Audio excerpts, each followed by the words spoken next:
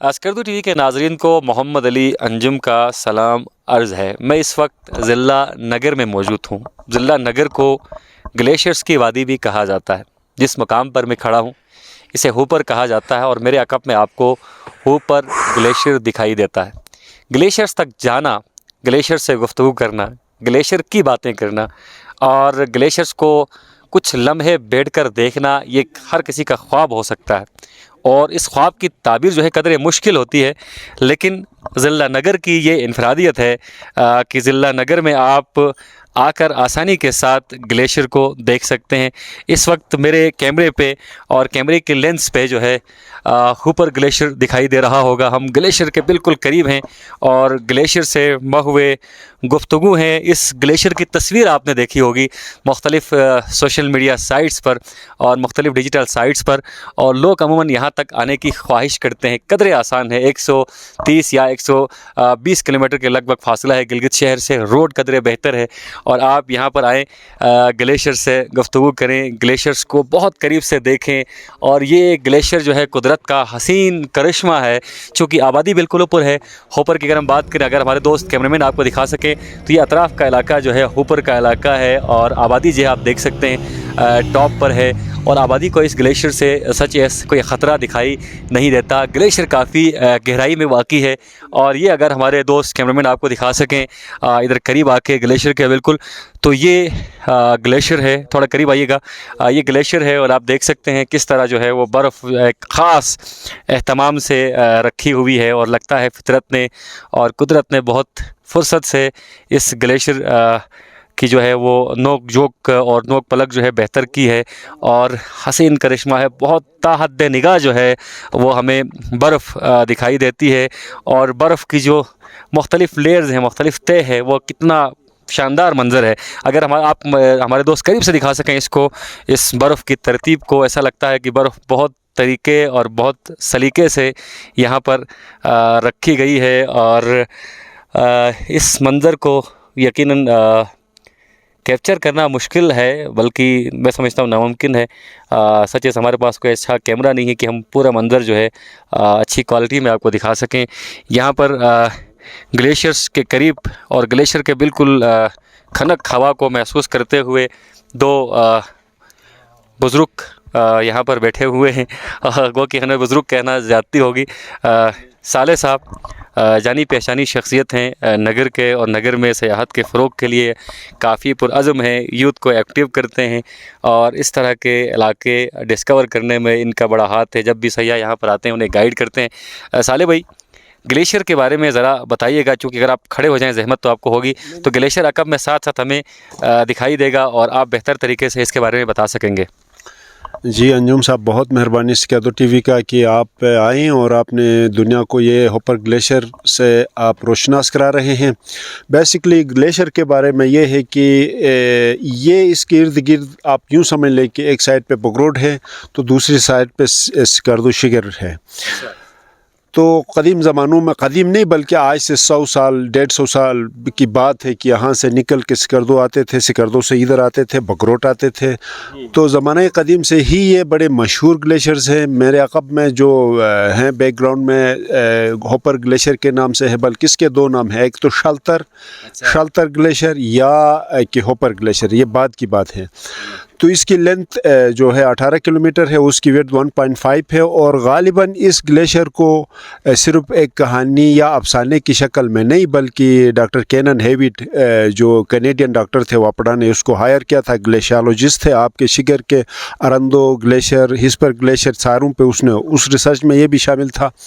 تو اس کے حساب سے یہ 800 فیٹ اس کے نیچے سریک سے اس کا بیک گراؤنڈ ہے، اور یہ 800 سال ڈیپتھ 800 فیٹ ہے، اور یہ 800 سال پہلے یہ براسٹ ہوا ہے اس اصل میں ہوپر کی جو قدیم ہوپر نہیں بلکہ ایک تاریخی اعتبار سے اس کے سٹارٹنگ پوائنٹ پہ کیپل کہتے ہیں، جو آپ کا گلگت میں ایئرپورٹ ہے جسے کیپل کھن بھی کہتے ہیں۔ شیر بدت کے زمانے سے آبادی کے نشانات اب بھی ہیں۔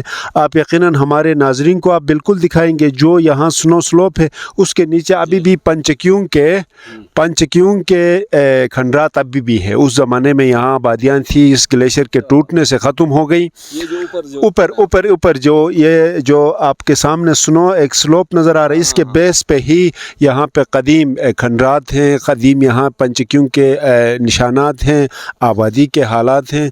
तो कदीम आबादियाँ यहाँ से स्टार्ट हुई है, क्योंकि लद्दाख जो आप तिब्बत खोर्द हैं बल्दिस्तान, उधर से बरपू, अभी भी यहाँ पे मकपुन लेक है, दूसरे जितना भी बरपू है, शाहबयत, ये सारे आपका बल्ती लैंग्वेज में आता है। ये मर्जिंग पॉइंट है सेंट्रल एशिया के साथ। जो दूसरे जंगजू हजरात आए जिन्होंने आबादियों को कैप्चर कर दिया या यहाँ पे माइग्रेट हो गए, इसके हिसाब से ये अभी ऊपर एक कदीमी गाँव भी है। साथ साथ अल्लाह ने बहुत से हसीन नज़ारे, दिलकश दिलफरेब नज़ारे। का थोड़ा फोकस जी सर, कि इसकी लेंथ इसकी 18 किलोमीटर है, फुली मेजर्ड है, 1.57 किलोमीटर इसकी विड्थ है, और दुनिया में ये सेकंड मूवमेंट में हरकत पजीर, जिससे आगे पूरी ग्लेशियर हरकत करती है। 8.3 सेंटीमीटर पर वीक इसकी मूवमेंट है सर, पर वीक। अच्छा। जबकि अलास्का की है दुनिया में जो सबसे बड़ी फास्टेस्ट मूविंग ग्लेशियर है, वो 30 सेंटीमीटर पर डे के हिसाब से है। अच्छा, यहाँ पे ओल्ड सेटलमेंट का हमें बताया जाता है कि वो कदीम तरीन आबादी थी, तो इसके बारे में बताया ना अभी है। मैं आपको बता रहा हूँ कि यहाँ बेसिकली होपर बजात खुद 5 छोटे छोटे गाँवों पे मुश्तमिल है। सबसे पहले हकलशल है, बरोशल है, गुशल है, होलशल है। इन आबादियों में आपको मालूम है कि हम काफ़ी अरसों से दरख्वास्तें, अपीलें लेके सारे जितने भी इससे रिलेटेड बंदे हैं उनको दिखा रहे हैं कि वो इस पे इंटरेस्ट नहीं ले रहे हैं। हमारे पास 1000-2000 साल पुरानी वो घर हैं, वो कदीम आबादी के निशानात हैं, जिनको अभी दुनिया के सामने रखना है, उनको परखना है, देखना है, एक तहकीक की ज़रूरत है सर। अच्छा, आपके हवाले से, होपर के हवाले से मैं पता चला था कि कोई बड़ा कदीमी बुधा जो है मुजस्सिमा है आपके जी पास। जी जी जी जी जी जी उसको ओपन नहीं कर रहे हैं हम, इसलिए ओपन सिर्फ बुद्धा नहीं है। भट्ट साहब, कासिम भट्ट साहब, माशाल्लाह आप इस फील्ड में भी काफ़ी अरसों से आते रहते हैं। हमारे पास फिर वो उसके हैं मैनोस्क्रिप्ट्स हैं। अच्छा, फॉर योर काइंड इंफॉर्मेशन। अच्छा, मैं लाइव उनकी तो बाहर ब्रिटिश म्यूज़ियम में या आप इंडिया में आप देख लें, उनकी 5000 साल पुरानी जो कदीम कुतुब्स हैं उनको माने जाते हैं। उस पे पूरे हज़ारों साइंटिस्ट लगे हैं उनकी फाइंडिंग्स लेने के लिए। तो इंशाअल्लाह अज़ीज़ अभी हमारी जो सरकार आई है उनकी मेहनत है कि निगर म्यूज़ियम एंड लाइब्रेरी अभी पाइपलाइन में है। जैसे ही स्टार्ट होगा इंशाअल्लाह हम दुनिया के सामने रख देंगे वो मसूदात निगर, वो बुद्धे, वो सारे रॉक इंस्क्रिप्शंस, ख़ास करके जो रॉक इंस्क्रिप्शंस हैं वो पूरे जो होपर में हैं वो दूसरों से हट के हैं। अंजुम साहब, आप जब सुबह डिप्टी कमिश्नर साहब से बात कर रहे थे तो वो भी बड़े पुरज़म हमें दिखाई दे रहे थे। जैद साहब जो जिसका ताल्लुक गिलगित बल्तिस्तान से ही है, वो बता रहे थे कि जो नए सयाहती मकामात हैं या पुराने जो पहले से मारूफ़ हैं उन तक सयाहों की रसाई को यकीनी बनाया जाएगा। आप इस माहौल में फ़र्स्ट टाइम मुझे लगता है आप आए हैं, तो आपको कैसा लगा है, आपके एक्सप्रेशंस क्या है? बहुत शुक्रिया भट्ट साहब। मैं फ़र्स्ट टाइम आ रहा हूँ नगर, और ख़ास तौर पर ये तो मेरा ख्वाब था कि मैं ग्लेशियर आ जाऊँ, ग्लेशियर की खनक हवा को महसूस करूँ और ग्लेशियर से थोड़ी देर के लिए खामोशी से गुफ्तगू करूँ। तो ये मेरी ख्वाहिश पूरी हो चुकी है। और यकीन माने मुझे नहीं पता कि सयाह इस तरफ रुख क्यों नहीं करते। बहुत आसान एक्सेसिबिलिटी है, मैं बिला झिझक यहाँ तक आया हूँ, न किसी ने मुझे रोका। सड़कें बहुत मज़ेदार हैं, बहुत बेहतर। इवन यहाँ तक ग्लेशियर तक हम गाड़ी में ही आए हैं।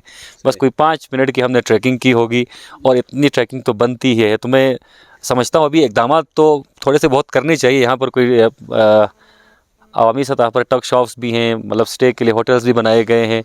हुकूमत अगर चाहे तो ऊपर तक भी कोई ट्रैक बना सकती है, और लोग खुद भी जा सकते हैं। ये ट्रैक इतने ख़तरनाक नहीं है, आप ऊपर जाकर ग्लेशियर्स को बहुत मतलब बड़ा आई व्यू में देख सकते हैं। इट्स अप टू यू, लेकिन एक्सेसिबिलिटी बहुत आसान है, कदर आसान है।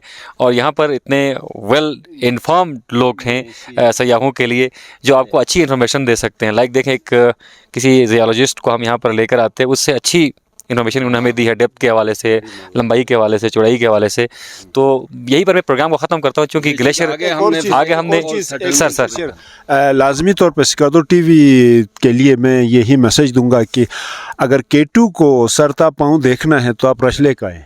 अच्छा ब्रॉड पीक, K2, गशाबरूम और जितने भी बल्दिस्तान के सारे हाईएस्ट माउंटेन्स है अबाउट 8000, वो तो एशिया की मशहूर रश इलेक्ट्रिक, जितने भी हमारे बल्दिस्तान के कंपनियां हैं, असगर पोरिक है, हैदर करार है, वो सारे उनकी मैं डीलिंग करता हूँ। इधर आप रश लेक, वो एशिया की 3rd पोजीशन पे है ये ट्रैक। उस ट्रैक में वो जो टेस्ट है कहीं पे भी नहीं। साले साहब आपसे जी, जी। गुफ्तगू करेंगे, अगला हमारा पॉइंट होगा बिस्मिल्लाह। ओल्डेस्ट जो है आपकी चलें जी। संबंध है। हम इस वक्त मौजूद हैं ऊपर ग्लेशियर में, और साले भाई ने बहुत अच्छी इन्फॉर्मेशन दी है, मतलब दरिया को कुएं में बंद कर दिया। इसके हवाले से कुछ अफसानवी कहानियाँ भी यकीनन होंगी, और उन कहानियों के हवाले से भी हमने इनसे जानना था, लेकिन वक्त बहुत कम है। आप मकसूद यह था कि आपको हम इस ग्लेशियर का दीदार करवाएं। हमारे दोस्त अगर करीब से दिखा सकें आपको, तो नगर की शान है ये ग्लेशियर, बल्कि पूरे पाकिस्तान की शान है ये ग्लेशियर।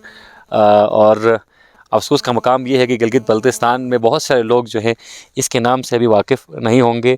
एक्सेसिबिलिटी के हवाले से अभी थोड़ी देर पहले बात हो रही थी, साले भाई से बात हो रही थी, भट्ट साहब से बात हो रही थी। बहुत ही एक्सेसिबल है, और ये मुझ जैसे किसी दीवाने का ख्वाब होता है कि मैं ग्लेशियर को टच करूं, मैं ग्लेशियर से गुफ्तगू करूं। और अगर आप महसूस करना चाहते हैं कुदरत को, फितरत को, तो ऐसे मकामात पे आकर आप बहुत करीब से फितरत को महसूस कर सकते हैं। खुदा करे कि मेरी अर्ज़ पाक पर उतरे व फसल गुल, जिसे अंदेशा ज़वाल ना हो। मोहम्मद अली अंजुम को इजाज़त दीजिए। अल्लाह हाफ़िज़ नासिर।